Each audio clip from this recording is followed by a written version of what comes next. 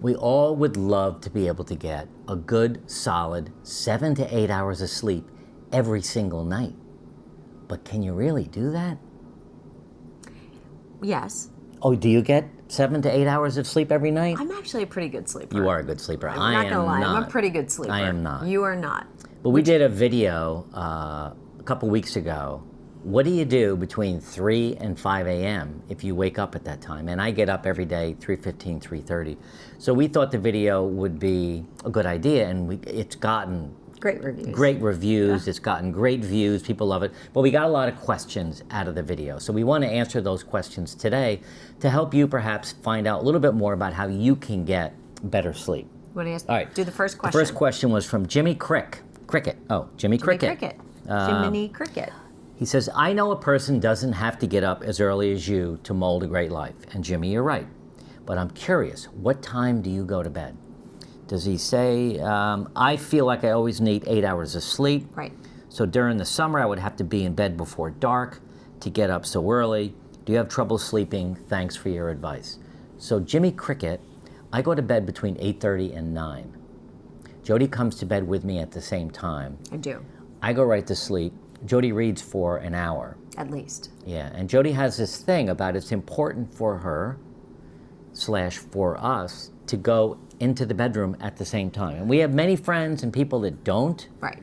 And we have a lot of friends that sleep in different bedrooms, and I think that's another question here, but I go to bed, I'll get right into the detail. When it's time to go, we'll have dinner early, 6:30.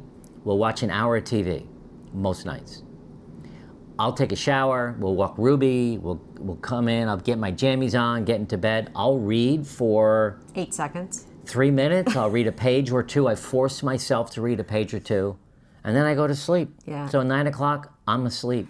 And you actually, and because of our Aura rings, you know this. Mark goes in, lays down, goes to sleep, and he goes right into deep sleep. Yeah. Like immediately into deep sleep, and he's out. Yeah. Out cold.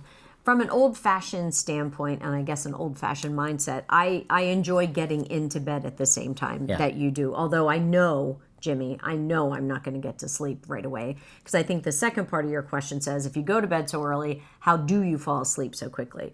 So I'll just give you a little kind of my routine. Similar to when you were a child and your parents had bedtime routines, or if you have children, you had bedtime routines for the kids. My bedtime routine starts with a warm cup of tea, a hot shower. Ruby's walked and ready to get into her bed, and then I get into bed. I read for about an hour, if not a little bit more, depending on the book that I'm in. And then I do breathing exercises before I go to sleep to just slow my heart rate down, because I run a quick heart rate all day long anyway, and I can't sleep when my heart rate's high. Yeah. So I know that about myself, so I lower my heart rate through breathing, and then I go to sleep. But unlike Mark, who goes in and crashes right to deep, I have to go through light, and then I go through REM, and then I don't get as much deep sleep as I probably need. I'm just not a deep sleeper. But if I can get an hour and 15 minutes of deep throughout the night, I'm asleep for a good 7 hours. Yeah, if any of you guys are curious about the Aura Ring, Google it, Oura. Awesome. We've had it for 5 or 6 years now. It's core to who we are. The first thing we do in the morning is check in with each other. And there are so many stats that are available. By the way, 2 things. If you're wondering where we are, we're in Tempe, Arizona, on a vacation, or a work trip, I would say. And we tried to film outside today, but we're right in the path of the Phoenix airport air traffic, so there's no way we could film outside, so we're in a hotel room. And the second thing is, don't forget, down below in the show notes, there's a link to the health and wellness checklist. It's a really good place to start on your health and wellness when you're thinking about your sleep. All right, what was the second question? All right, second question is from Buddy. No, Dave Begley. Oh, Dave. Oh, sorry, Dave Begley 3022. Yeah, thank you, Dave. Did you get up at 3:45, Mark, before you retired? No. You know when it started? For those of you that know it or don't, I can't get my book. I wrote a book last year, or I published a book last year called The Evolving Man, Life Virtues That Men Don't Talk About. We'll put a link to that book below. You can either get it on Amazon direct, or if you go through my website, I'll sign it, send you a note, and mail it to you. But I was struggling finishing the book, and I was an early riser. I'd get up at 5 o'clock, and I'd, read scripture, have a cup of coffee. I went to the gym around 6. Then I had trouble with the book. So I decided I'm going to get up an hour earlier. So I started getting up at 4, and I wrote from 4 to 5 almost every day. And that's what I needed to do to finish the book. That's now turned into 3:45 because I go to the gym at 4:45, and I like to have an hour before I get up. In my career, first of all, I was drinking a lot back during my career, so I was lucky I got up when I got up. But I, get up at 6, stumble down to the kitchen, have a cup of coffee, watch the news for a little while. You'd get up, you'd stumble down. No, we were weren't really stumblers. We were stumblers. But yeah, no, I enjoy it. I really enjoy my mornings. I get a lot done in the morning, and by 10 o'clock, I've had a full day. Yeah, the only downfall, if you have a spouse or partner, that I would say, if you're the other person who does not get up at 3:45 in the morning, there are mornings when Mark's alarm wakes him up, which hence the alarm is going off in our room, waking us both up. And that's always a little disconcerting. And the other thing is, Mark gets up at 3:45, does everything. I get up at 5:30, take the dog for a walk, come back. We reconvene back at the house maybe around 6:15 in the morning. Mind you, Mark's already been up for 2.5 hours. And so he's ready to chatter, and I'm doing can I just get a sip of coffee? One sip of coffee, one sip of coffee. And you do your Wordle, you do some other things. So, sometimes it throws us out of sync in the mornings on our chattiness. And I think the thing about it is really good communication. Right. There are mornings or there are evenings when Jody will say, are you going to the gym tomorrow? I'm going to try to sleep in. Right. I might go down the hall and sleep in the other bedroom so I don't have to wake her up.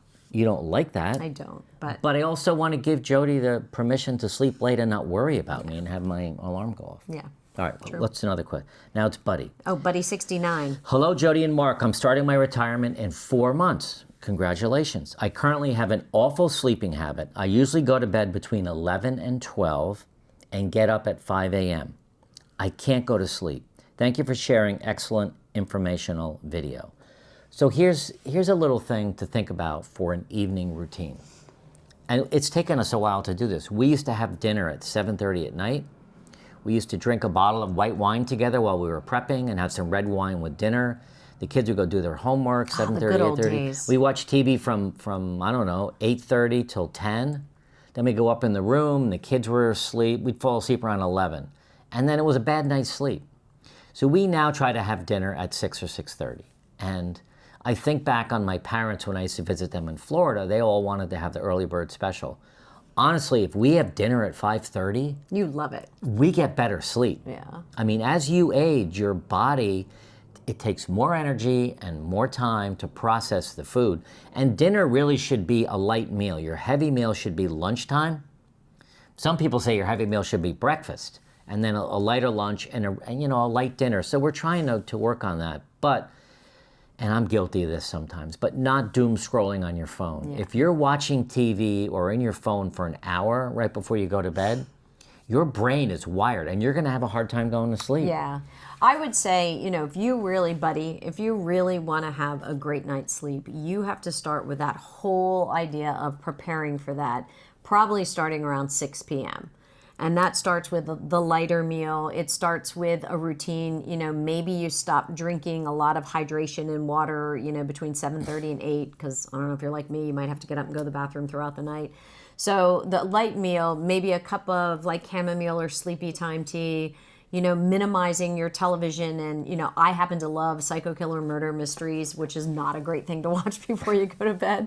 Mark doesn't happen to like them. He's more of a Downton Abbey guy, so we kind of go back and forth. And then the screens and the scrolling and the TikTok and the reels and the, news cycles and everything on your phone. And you are guilty of that. You will do a lot of retirement transformed work on your phone at night. And I'm like, right before bed, please stop doing that. So you really have to set yourself up for success in order to have a successful night's sleep. Yeah. When we have I'm sorry to interrupt you. I also think temperature in the room is a big thing. I happen to like to sleep at 68 or cooler. Mark likes 70 or warmer. No, so I like it. No. We kind of go back and forth. I like it cold. And then the other thing is... Why the face? Listen, nonverbal communication in a relationship... Deadly. Deadly. I know. And then the other thing is, we actually went and invested in a weighted blanket. So I don't know, buddy, I don't know if you would be willing to try it, but we invested in a weighted blanket. I was not a fan, and women, if you're, between the age of 50 and 60 and, you're hot, you're cold, you're up and down, it was hard for me to get used to, but I did start to really enjoy it. I don't use it all night long. I start off without it, and it ends up on me throughout the night. But again, setting yourself up for success, I think, is a big part of it. Okay, question from Tom Girth. How do you guys get and consume news? Great. Oh, I love this question. I wake up and read a lot of news every morning. In some ways, I guess it's kind of doom scrolling, and I'm trying to do less of that. Still, I want to know what's going on in the world. I have 4 news feeds. I'm going to drop that to 1 or 2. What do you guys do? Well, I'll start by saying what we don't do. We don't watch news on TV anymore. Very little, if any at all, right?